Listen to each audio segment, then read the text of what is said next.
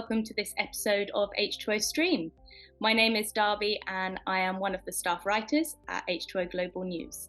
Today, I'm very honoured to introduce you to Alex, and Alex is the co-founder and CEO of IRRIOT. So, in today's episode, we will be discussing the wireless irrigation automation platforms, and this is a game changer when it comes to commercial irrigation. So, Alex, thanks for joining me, and could you briefly tell us about the company and what your role is in the company? Thank you for having me. As you mentioned, I'm the CEO and co-founder of IRRIOT. And what we do is, the name stands for Irrigation IoT, and we provide wireless precision irrigation automation technology. So the whole idea is to basically minimize water consumption when it comes to irrigation, especially in agriculture, and maximize the crop yield. Because what most people don't know is that actually 70% of fresh water consumption in the world is done by the agriculture. And that's exactly where most of the waste is happening. And we are actually trying to eliminate this waste as much as possible. Okay, that's great. And what would you say that the history of irrigation is, and how have you seen it evolve in your years at the company or in the industry? Oh, yes, that's a good question. Well, I mean, it's all started with manual labor. So basically people with the buckets going to the field and then pouring water on top of the plants, and sometimes it happens like that even now. So, I mean, that's why we have a lot of waste, because a lot of manual labor or some wasteful technologies are used. But from manual labor to some sort of sprinklers, or the drip lines or subsurface drip. The drip lines were actually like a great invention, because you have like thin pipes with small holes, and basically the water is dripping on top of or close to the stem or on top of the root of the plant, minimizing the water consumption, because you don't have all this water around it, let's say around the plant, covering it all. And after that, automation was developed, mostly wired-based automation. So you need to lay down a lot of cables, dig down a lot of trenches, and then you'll be able to automate it. It is important because you don't need to use like manual labor to do your irrigation. And also, you can have everything done during the nighttime, where evaporation is less, when usually there is less wind, where power is cheaper, you have more pressure in the pipes if you're using like communal water. And now we think the technology is ready for a true like IoT solution without any wires, not dependent on internet connectivity. It can run without external power and so on. And that's exactly what we do. Perfect. That's amazing. So what would you say would be the main benefit of using an irrigation system over the older school methods that you've suggested? Yeah, well, what I already mentioned, that this automation, and that the fact that we can move irrigation schedule towards the nighttime, when it's much more optimal for the plants. Because if, let's say, plants has some flowers, usually the flower is open towards the sun during the day. And if you start irrigating using some sort of like sprinklers or rain machines or something like that, then you will get all the water inside of the flower, and that could create like growth of fungus and some other bacteria and so on. So during the night, usually all the flowers are closed.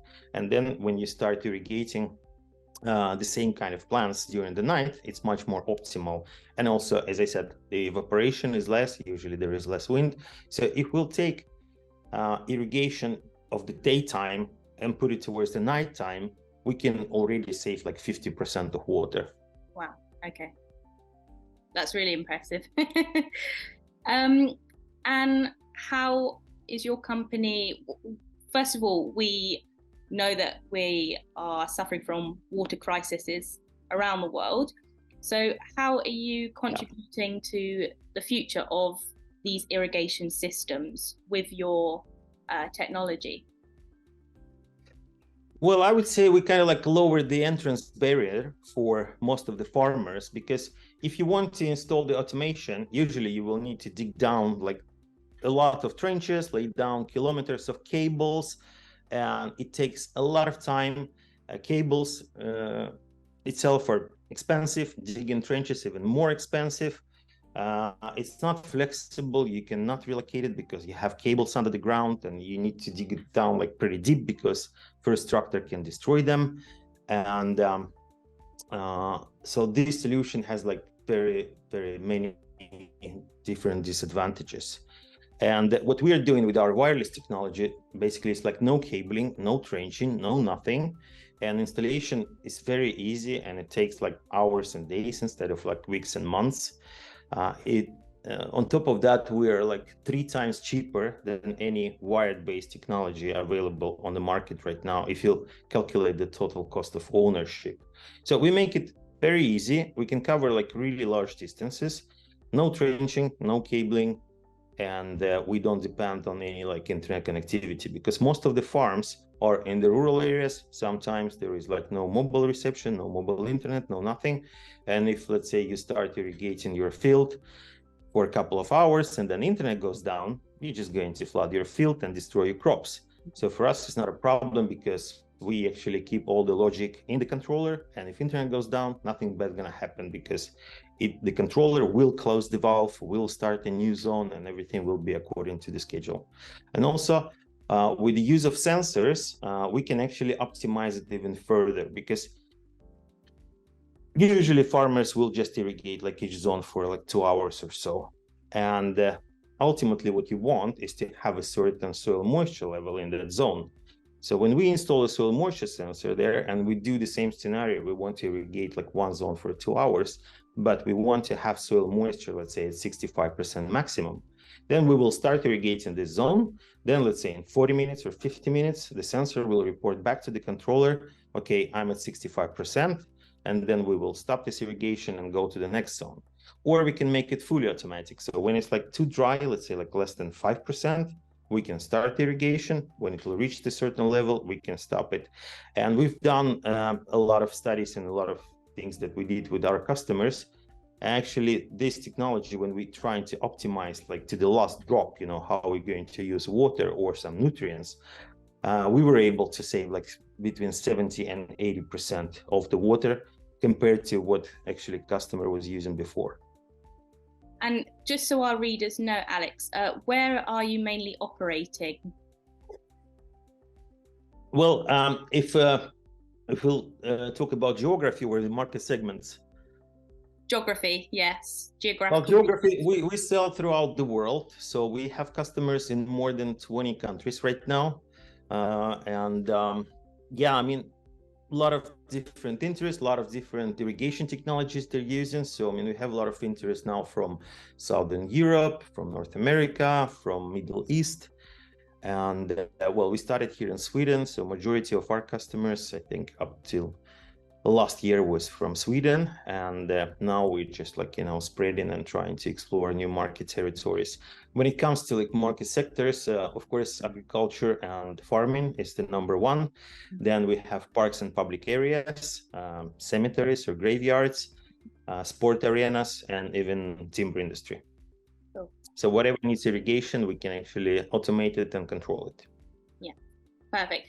And was there anything else that you thought that our listeners should know about today, about irrigation systems?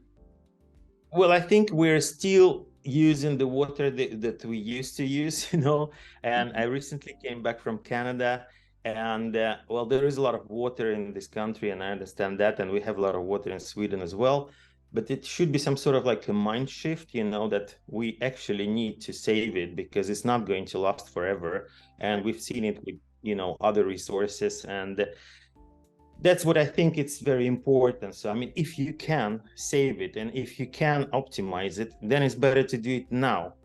Then, you know, see the prices of water, you know, exceeding the prices of oil nowadays. Yeah. So that's what kind of like my advice is. Let's try to think about what we're going to do next, and also our growing population. So in 2050, we're going to have 10 billion people, and we need to feed them, and we're not going to get many more fields. So, I mean, on the same kind of land, we need to produce 50% more crops.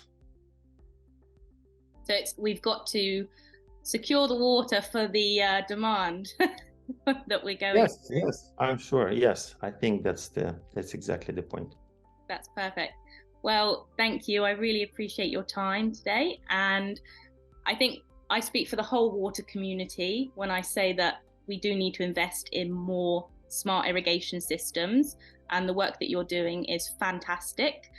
And yeah, let's keep in touch. And I want to thank our listeners today for joining us. And again, thank you for your time, and we'll speak to you soon.